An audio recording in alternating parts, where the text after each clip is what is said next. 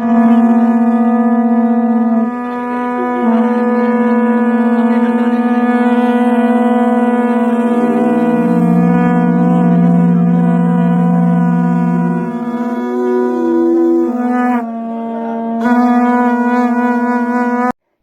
সেই ব্রিগেডের মাঠের শঙ্খবাদক, যার শঙ্খের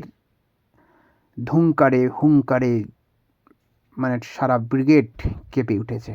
এই হচ্ছে সনাতনের এক প্রকার মহান মহান মহান এক পাওয়া।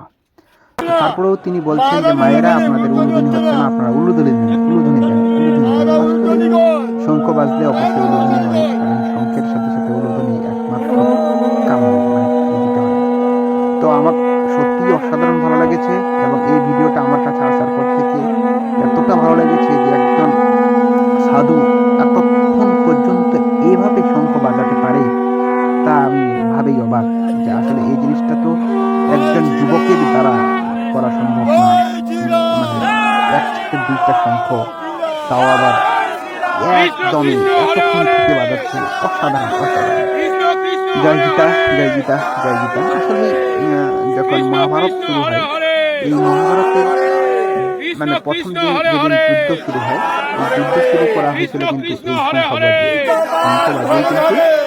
মহাভারতের ধর্মযুদ্ধের শুরু। আর মহাভারতের অসংখ্য যতজন রথী মহারথী যোদ্ধা ছিল, সবার হাতেই এক একটা শঙ্খ ছিল, এবং এক একজনের শঙ্খের নাম এক এক রকম। তো এই হচ্ছে আমাদের শঙ্খ। তো শঙ্খ হচ্ছে মূলত আমাদের মঙ্গলের একটা ধ্বনি।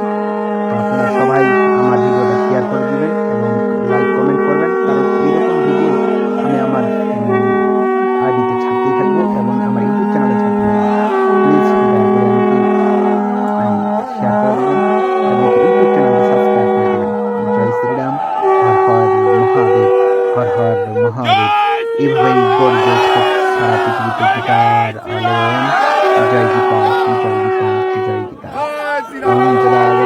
ধর্মস্য গ্লানিভাবিতভারত অভ্যুত্থানমধর্মস্য তদত্তনং সৃজামः পরিত্রাণায় বিনাশায় চ দুষ্কৃতং ধর্ম সংস্থাপনার্থায় সম্ভবামি যুগে যুগে।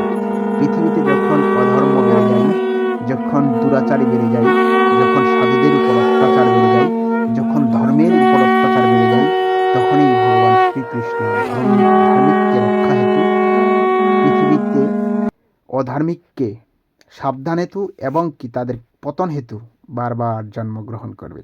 জয় শ্রীরাম, জয় শ্রীরাম, জয় শ্রীরাম। হর হর মহাদেব।